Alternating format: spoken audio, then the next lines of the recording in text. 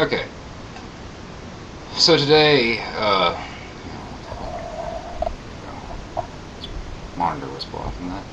Anyways, I'm going to go into a subject that's a bit different from typical Satanism, Luciferianism, demonology, and such today, but this can become very relevant to your practice if you would like to utilize more cosmic elements to your left-hand path workings. And I will explain what I mean by this here in a moment.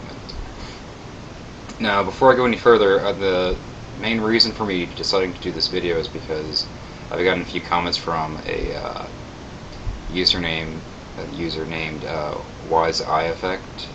Check out his channel. He has some interesting favorites that he's picked out for his profile page. Anyways, he has this notion that there is more to what I need to learn than generic. I guess he's possibly seeing me as limiting myself because I focus only on Satanism, and assuming that I do not, because I'm interested in Satanism, that I do not have a concept of the divine or the cosmic connection between all things, and that I'm limiting myself. In fact, here's a comment right here. I can read it. He said, "It's good to find truth from within, but one should never refuse knowledge when it's offered freely. I too have studied Satanism, but for all its truths, the cornerstone that it sits on is false, and this is its undoing. It focuses on the egocentric animal rather than compassion and empathy."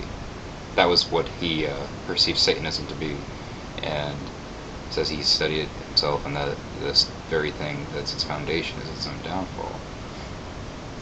Now, while I can see typically where he's coming from with this, and I told him I have a lot of respect for him for sharing his opinion with me, I think it's very incorrect to assume that just because someone is Satanist or Luciferian or left-hand path-based in their ideology that they are incapable of experiencing compassion and the cosmic energy that permeates all things. I think this is really inaccurate, because to say such a thing is like saying, from a right-hand path ideology, like say Christianity or something, is trying to say there's only one way to the divine and to experiencing that cosmic unity which permeates all things.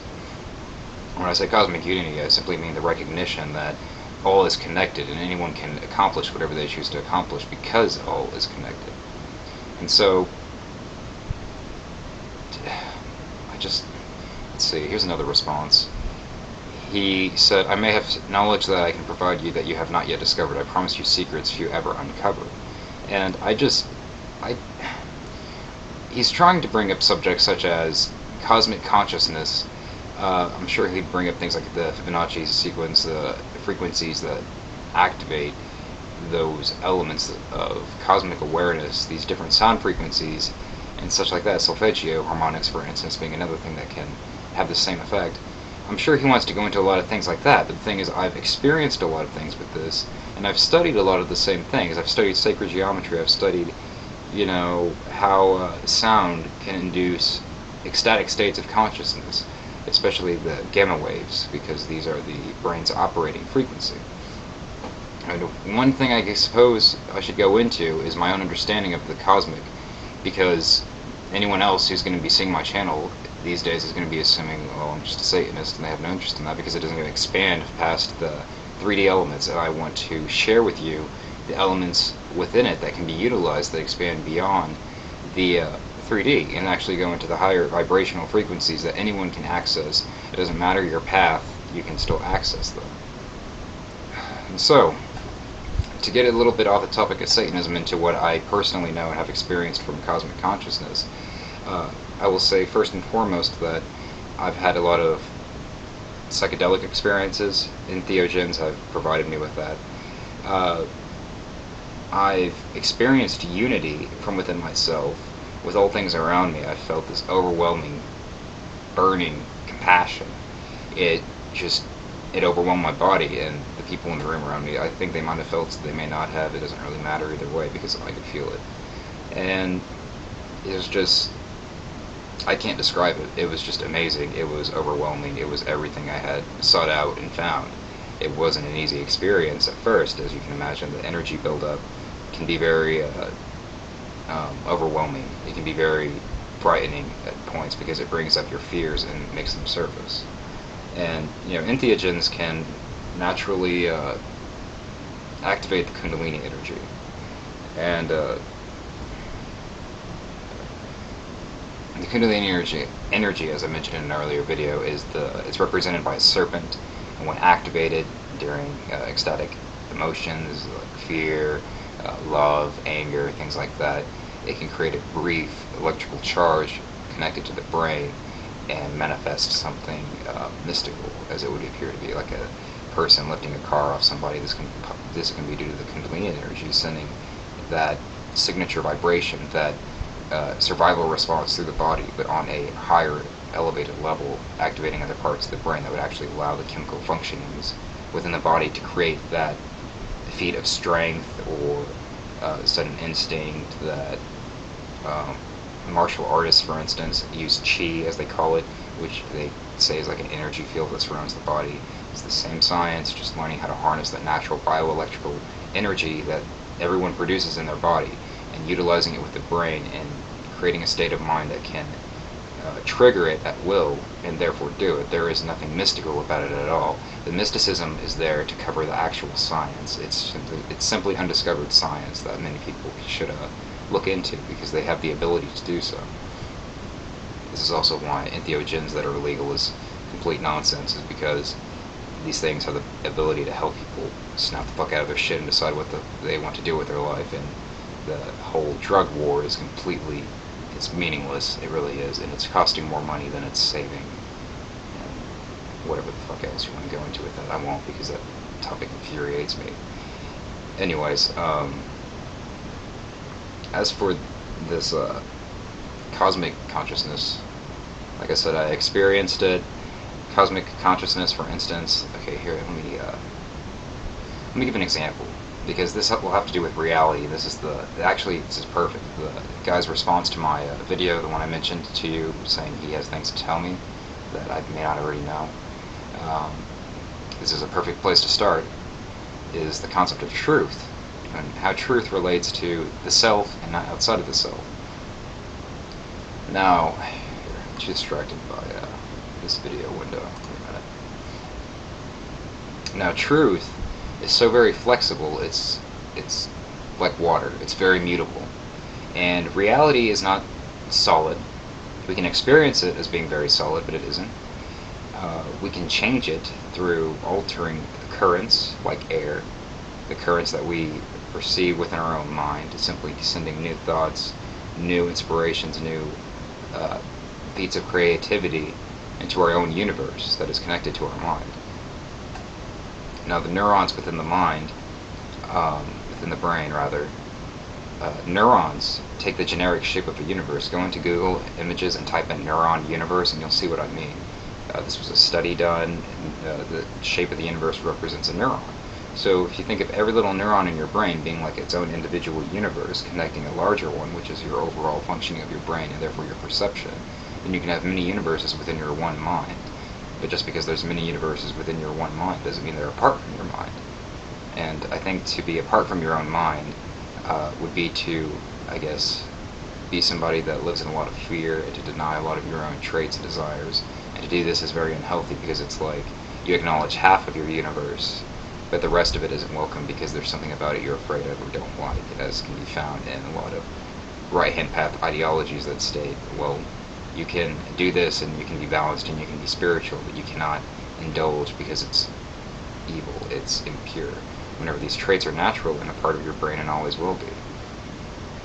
Now, as for the cosmic experience of different realities, think of every single person as having their own bubble, as if someone will say, "You're in my bubble, could you please move out of my space?" Everyone literally has this, and it works based off of your own ideologies and your own thoughts. So even if you have a collective of people in a specific idea or religion, the thing is that every single little detail that is the same will attract you to these other groups and keep you within the same collective experiences of these groups, and you will therefore see similar things the group experiences. And this is why some people will try to reinforce their ideas as true, is because all these other people can validate, as they say, they can validate it based off of their own perspectives and experiences.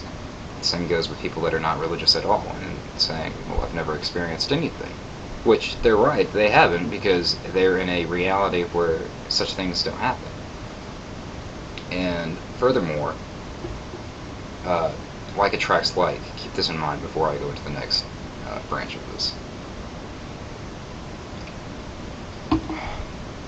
You will only ever experience excuse me, you will only ever experience that which you are open to naturally. So if you change your ideology and try to try act out things to reflect that ideology, even if it's something you really don't believe in because you've never experienced it, but you act it out, you will then experience it, because the universe has no choice but to respond to your signal you're sending out by mirroring it. It's mirroring what you send out. So someone being visited by an angel, in my perspective, this is my perspective, and perhaps this perspective may resonate with a few people watching this, but in my perspective, if someone experiences a angel coming to them, it is nothing more than a manifestation of a frequency they sent outside of themselves. The universe chose to reflect it because that is the desire the person wants, and the person experienced this reflection as if it was an actual entity outside of their body, coming to tell them a message which they already know on a higher level. Everyone has already ascended to godhood on a higher dimensional frequency band. They simply you're sending messages to yourself from your higher self in 3D.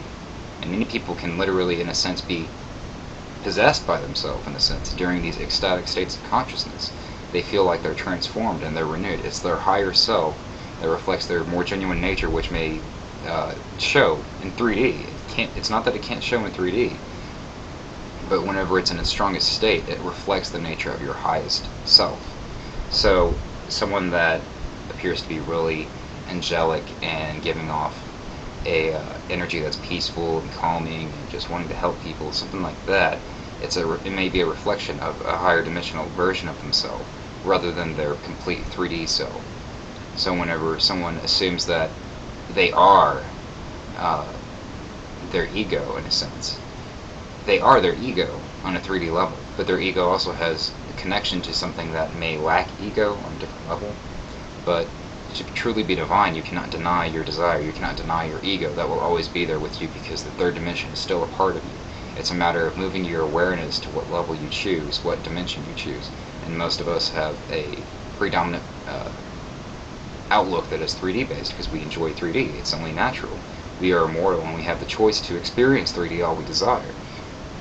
And many people don't see it this way. Many people are like, well, I never asked for this. Well, if you didn't, then you wouldn't be perceiving everything in 3D the way you have been, because it's a learning experience, in my perspective. Now, perhaps everything is meaningless, but therefore you can give everything meaning. So even if we all chose this experience as human, there may be no reason at all for it except just to do it, to see what happens. Just because we're bored, perhaps. I mean, if you were, in fact, a deity, wouldn't you get bored and want to do something just for the fuck of it? Just because you can and you know nothing bad's going to happen to you after that experience? Or perhaps you gave yourself a blueprint of what you would want to do. It's completely up to you what you want to believe. And any belief you have will become true and be reflected in the past and in your future. So if you change your idea, if you change your actions in the present, you're actually changing your past as well, because time is connected together like a rope. Nothing in the past is actually gone at all. It's simply repeating and repeating and repeating. If you take a movie and you open it in a media player or something, or on a DVD, then just because you get to a certain scene, the information before that is still happening. It's still in the movie. The information, the data is still there, but it's never gone. It's just your perspective on what part of the movie you want to watch. The same is relevant in regards to time. That's how time works. This is how time travel is possible. It's not that you actually try to move space and time. You're trying to move your perspective of space and time to reflect that reality that is still happening at a different time period, in the past, as it would be, when everything is simply in the present and continuously changing and adapting to reflect everyone's needs and revelations, as they would have it, like their insights, their awareness changing, all these things that reveal new opportunities and continued existence.